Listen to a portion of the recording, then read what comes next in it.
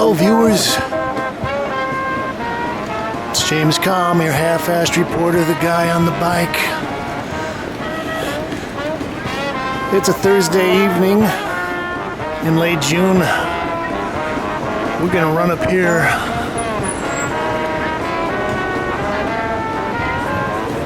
.529 West 20th Street and try to get some pictures of the show. We're going to step into RICCO MARESCA for a moment and see if we can get some pictures of an exhibition by Clarence Schmidt titled Let's Call It Hope.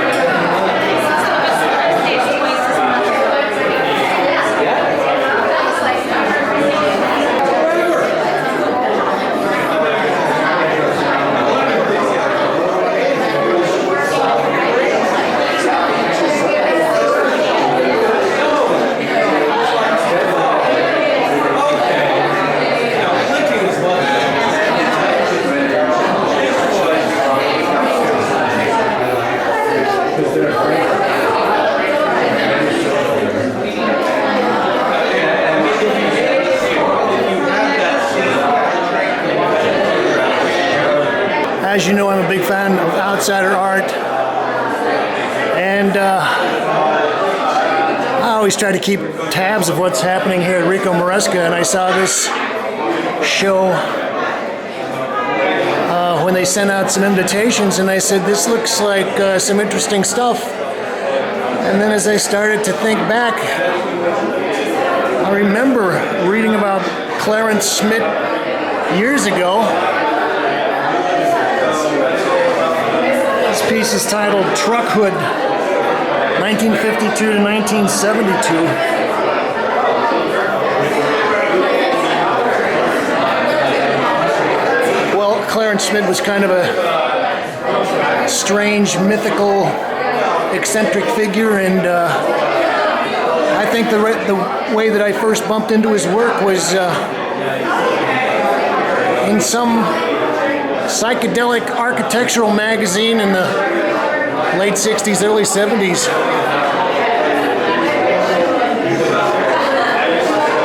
I was going to say this piece actually kind of recalls the Richard Prince piece. You can go back and check out some of the Kalm reports and see the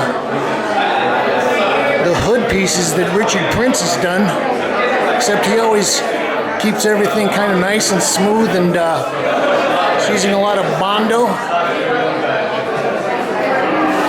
This has truck hood, tar, and I believe that might be a red lead primer. It's got some fans here. Hello.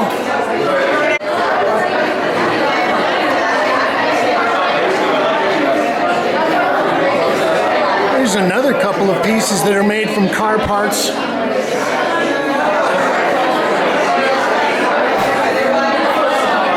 It's titled Fender and Red Fender. Okay. I don't know, maybe that looks like a Volkswagen Fender, I'm not sure. I think one of the interesting things about Clarence Schmidt is that most of these pieces have probably been sitting somewhere for 30 years, 35 years. And as I was saying, I originally kind of bumped into his legend via some of the architectural things that he'd done. I guess he spent about 10 or 15 years building a giant kind of ramshackle house from scavenged windows, doors, floors, and stuff up near Woodstock, New York.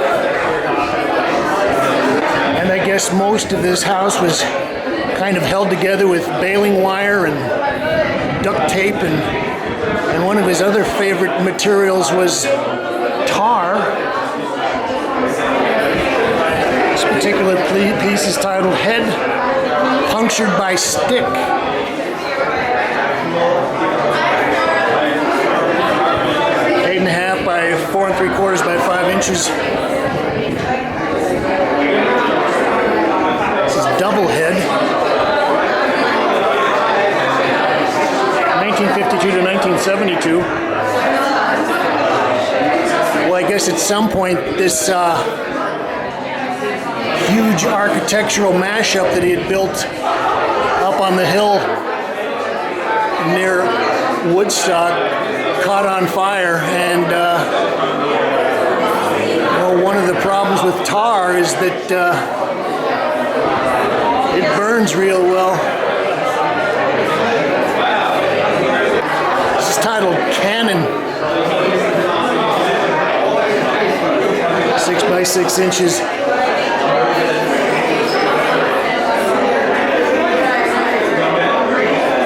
Head on milk bottle, 1952 to 1972.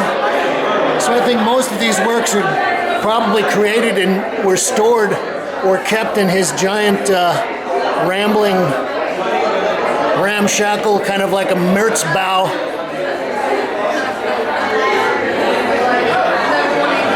It's a beautiful milk bottle, and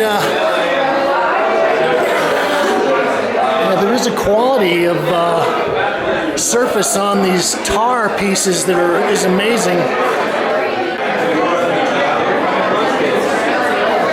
This is probably one of the main pieces of the show. This is titled Pegasus, 1952 to 72.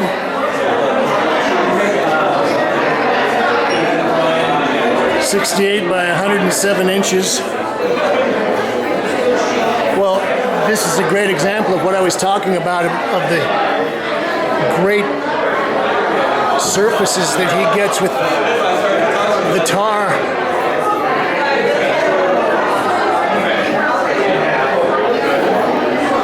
So he's taken the sign from a, what was that, mobile gas station. And it was coated with tar, and then it looks like it was painted with at least 1 or 2 coats of paint. It looks like red and white. And then it probably sat outside for a decade or two.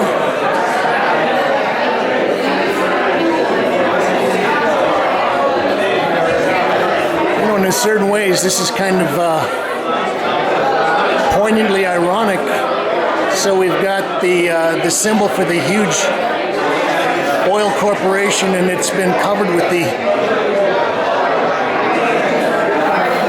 dry and decrepit tar surface and the paint. Let's go in the second gallery.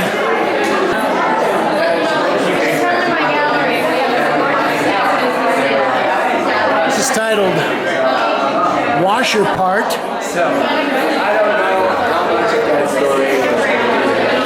Well, I think it's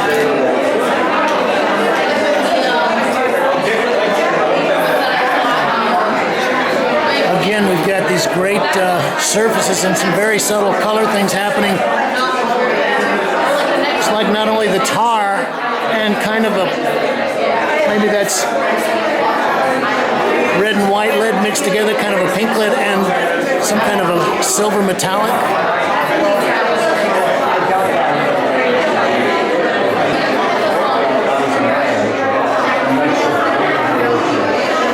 It's titled Hand with Flower.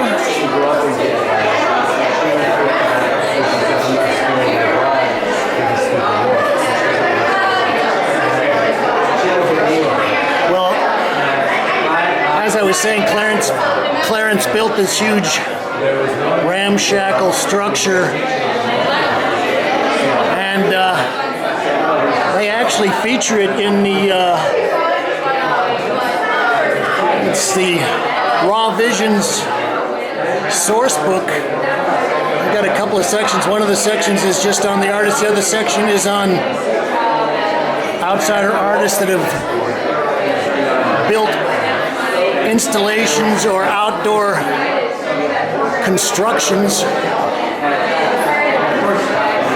It's titled Dinner Plate. Swanson TV dinner. So that's on a board with tar.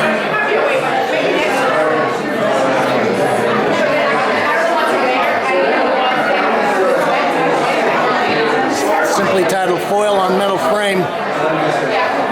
This actually makes me think of Marcel Duchamp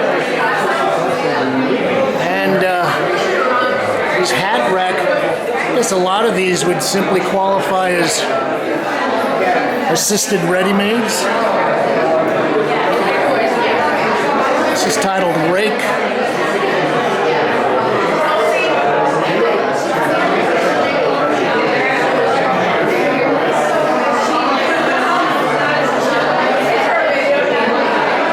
Stand. Okay, it's interesting the way he left the central chrome part of this bare and then covered the rest with tar. This is maybe one of the more interesting pieces in the show. It's titled Tricycle.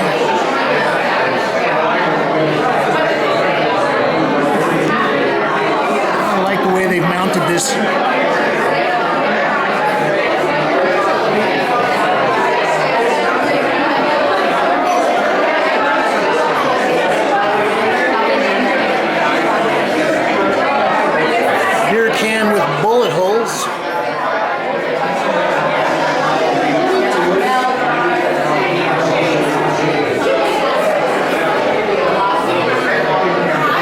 This kind of makes me think of Katie Nolan, the look in the Nook. This is titled Hobby Horse. Boy, is it loud in here.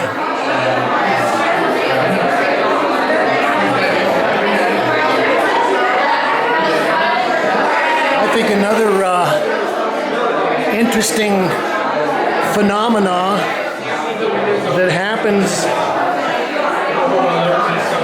when you take something out of its normal or its natural environment and you put it into an art gallery and call it art.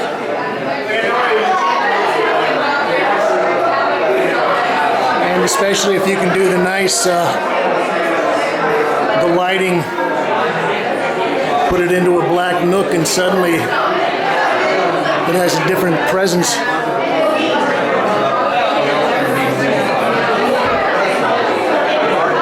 Okay, everybody's got to recognize what this is, right? An oil pen. Actually, they're calling this crankcase. 1952 to 72.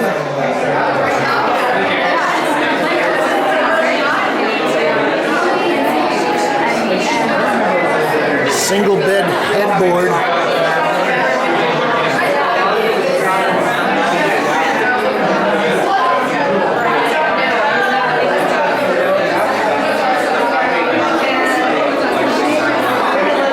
Well, they're saying that the huge structure that he made was titled The House of Mirrors. And I guess that probably a lot of it might have been covered with mirrors. This is the only piece that I'm seeing in the show that has mirrors on it. I spend a lot of time visiting the Visionary Museum in Baltimore, and they've got huge mosaic murals all over that building, and a lot of them are done with mirrors.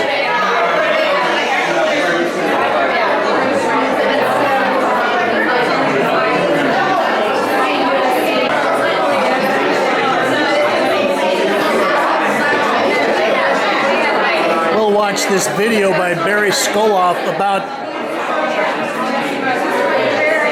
Clarence's House of Mirrors.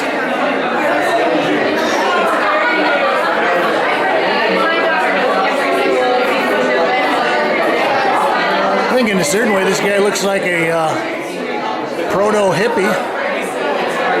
Says he was born in Astoria, Queens, moved up to Woodstock in the early 40s.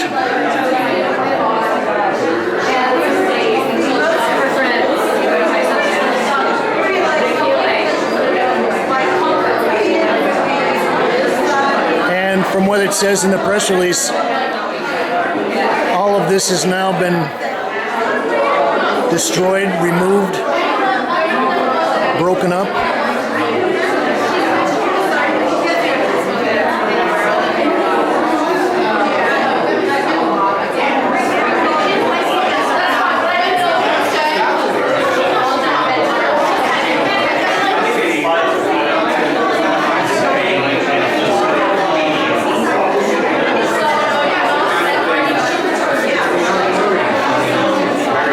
Okay.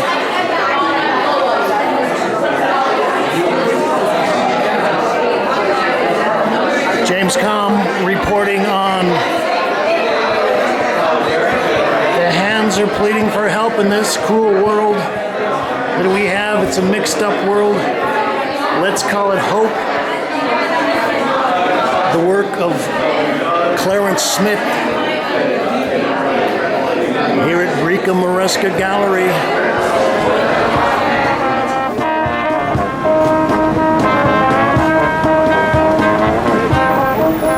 Now we're up on 24th Street.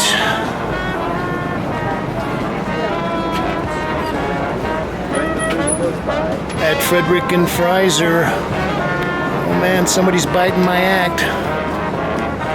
I'm gonna try to get in and take a look at a group show by Felipe Baeza, Jenna Gribbon, Anja Salonen, and Vaughn Spann. Stay tuned.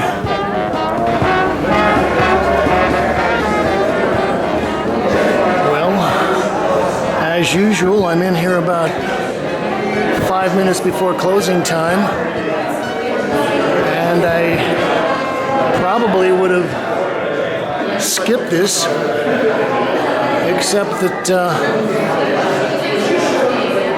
when I peeked into the windows, I saw some of this work and thought to myself, this looks like fun.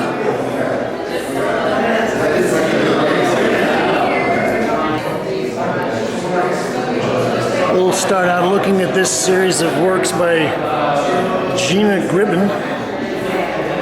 It's titled Watching Me Swim, 2018 Oil on Linen. I like what Gina's doing here.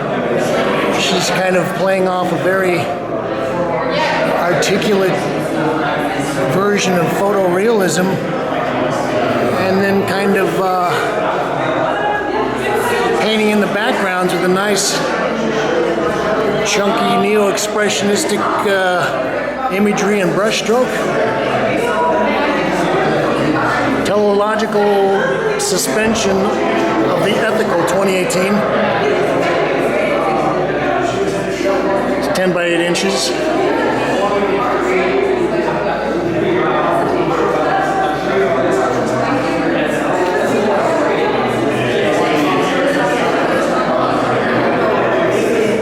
WWLMD 2017.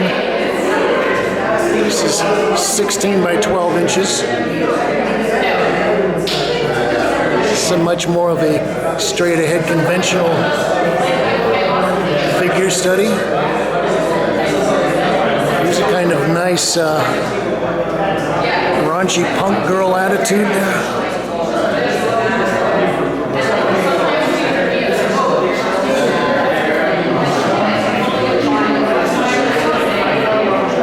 Titled Erotic Hand in Public, 2018 Oil on Linen, 13 by 13. Well, okay, this is a great example of how articulate she's getting with her figurative work. And it would be interesting to see her doing a maybe something 4 times this size and doing an entire maybe portrait with a couple of hands in there to see how well she could carry this out on a larger scale.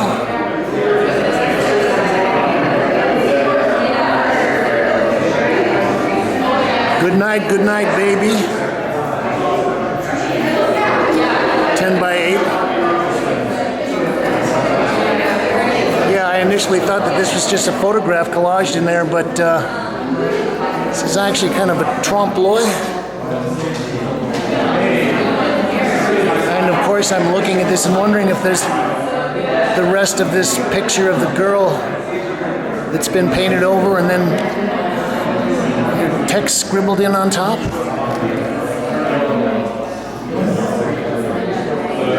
Jenna Gribbon.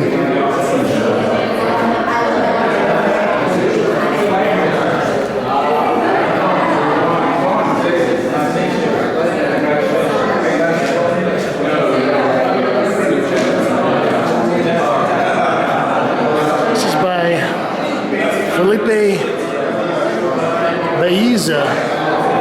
Naz Tunish Azul 2, 2018. Ink, twine, collage, and glitter on paper.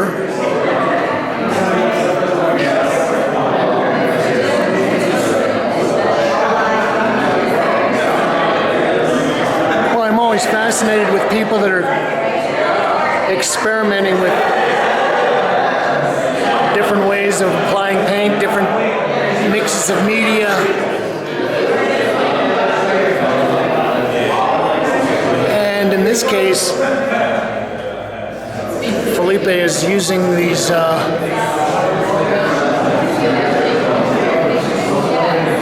lines of string to lay out his figure. And he's kind of flooding in the various areas with his, it's like an ultra blue pigment.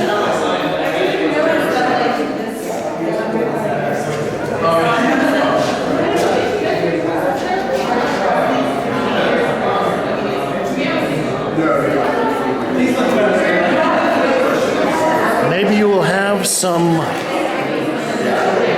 Flesh to Console You 2018. Ink, graphite, twine on paper, glitter, and egg tempera.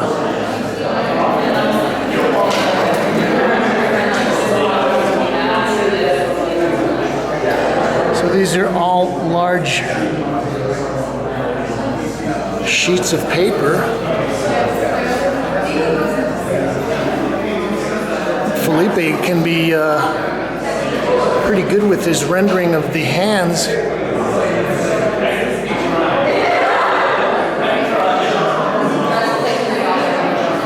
This made me think of a Francisco Clemente piece from the early 80s.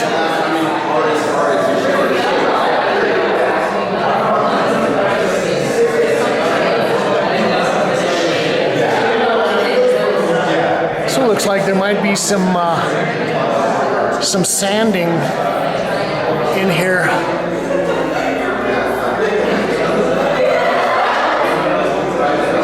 And it's a nice allegorical use of the string of the twine to make a little net out of it.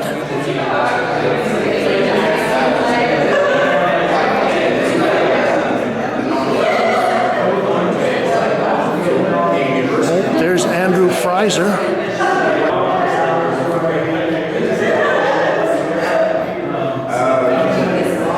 This is by Vaughn Spann. Slip and Slide. McKinney Cool Palette 2018. Terry cloth, acrylic polymer paint, oil paint, paper, and canvas on stretcher bars.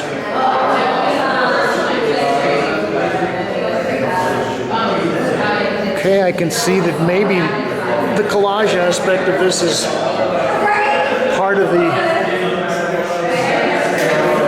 theme, or at least one of the reasons that these artists might have been grouped together.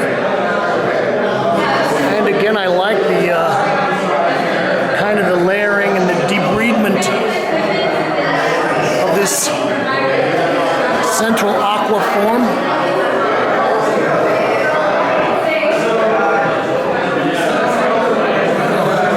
We've also seen a couple of examples of people that are sewing things together. Lauren Loloff is someone that's gotten a lot of attention for that kind of work.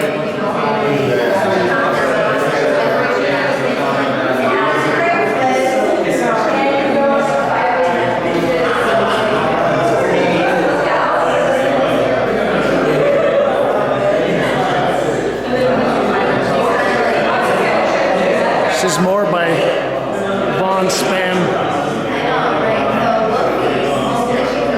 Black Planet Rising.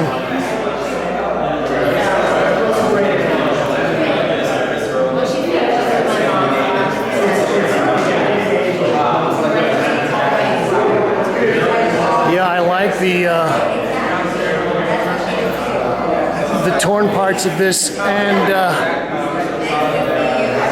yeah, this kind of fluorescent orange, fluorescent red makes me think of, say, torn up caution signs that I would see out on construction sites on the street.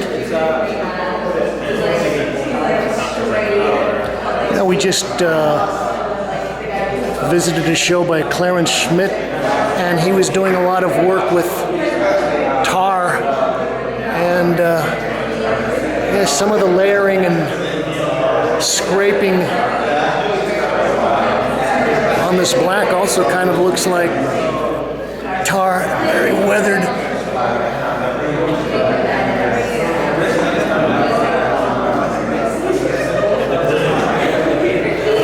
Yeah, it's interesting to think that with the very, looks like aggressive and rugged handling and the scraping and shredding, it does end up leaving a nice, very delicate and very nuanced surface. And again, more sewing.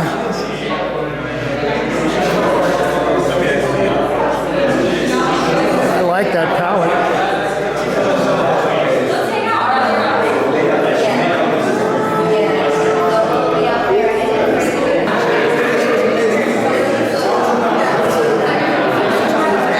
Anja Salonen, Look Both Ways, 2018, oil on canvas.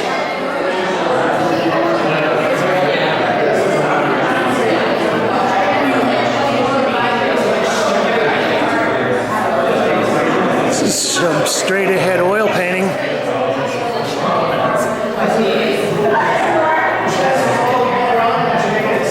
Anja's pretty facile.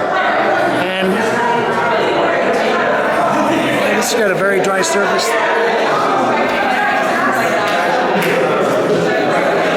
There's a kind of a sense of naive surrealism here.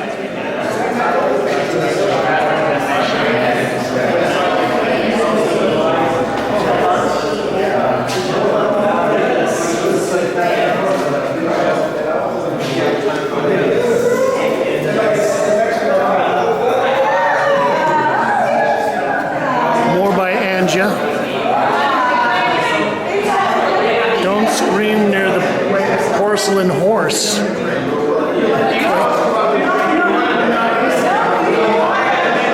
Another unusual figurative study. Okay, smile. That's cool. Okay, this is wonderful. So that was the model for this particular figure here. And Angie did a pretty good job of capturing her character.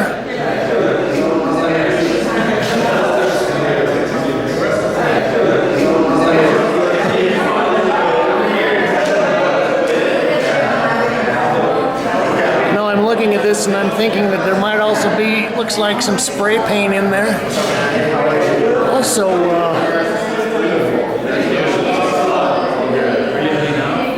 I've commented before that I know a lot of contemporary German painters that use a lot of the grays,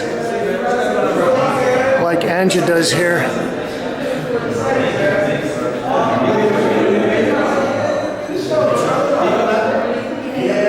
And it's nice the way that she's able to put these odd kind of greenish tonalities into good use and is able to define her forms with those.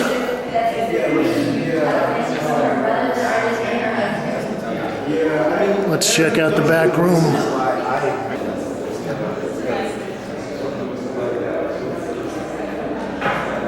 Well, at least there isn't anybody screaming back here.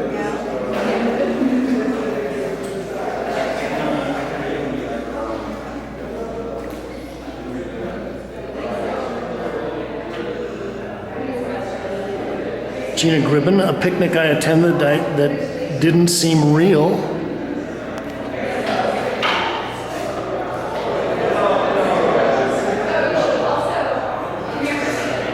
Again, we've got the nice articulate figures, the chunky brushwork. I was also thinking, this kind of makes me think of an updated version of Elizabeth Peyton. Someone that was a real hot property about 5 or 10 years ago. It's another large piece by Felipe Baeza, Azul 1.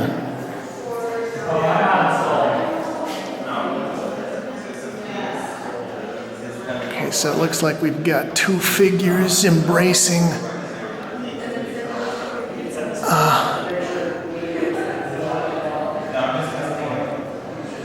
it's interesting if you kind of well, we'll try an experiment. Okay, so we look at the painting from this distance. It just looks like kind of a large, dark, vaguely blue piece. And then as you get closer, you start to see the colors emerge, light reflecting.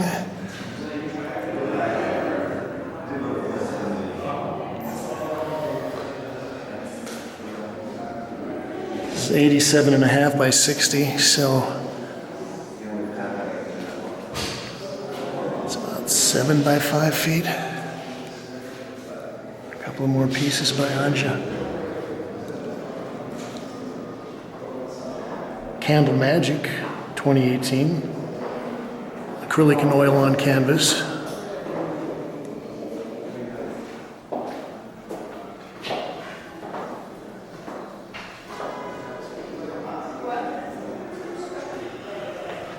I kind of like the little splatters that are left over from the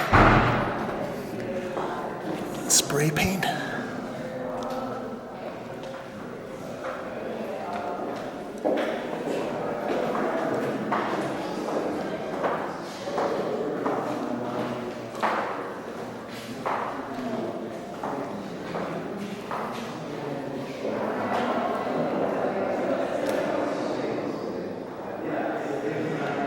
This has got a good title. The Sex Life of Stones.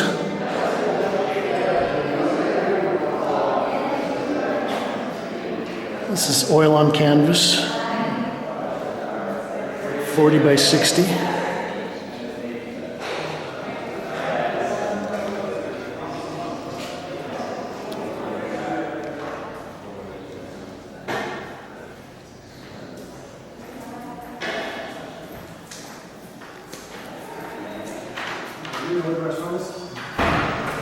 And last but not least,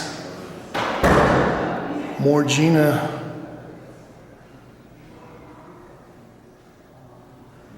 Watching Titania get weird in her studio. Oil and linen, 10 by 8 inches. And this is a very nice little study.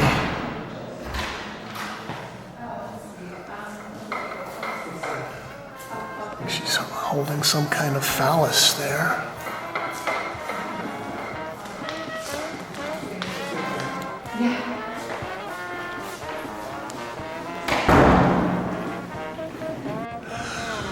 All right, it's closing time. This has been an after-hours stroll through 4 artists, featuring the work of Felipe Baeza, Jenna Gribbon, Anja Salonen and Vaughn Spann here at Fredericks Freiser. You can like this, subscribe, share, and you can leave your comments, criticisms, reviews, suggestions below. And please help me with this. Thank you, Kate.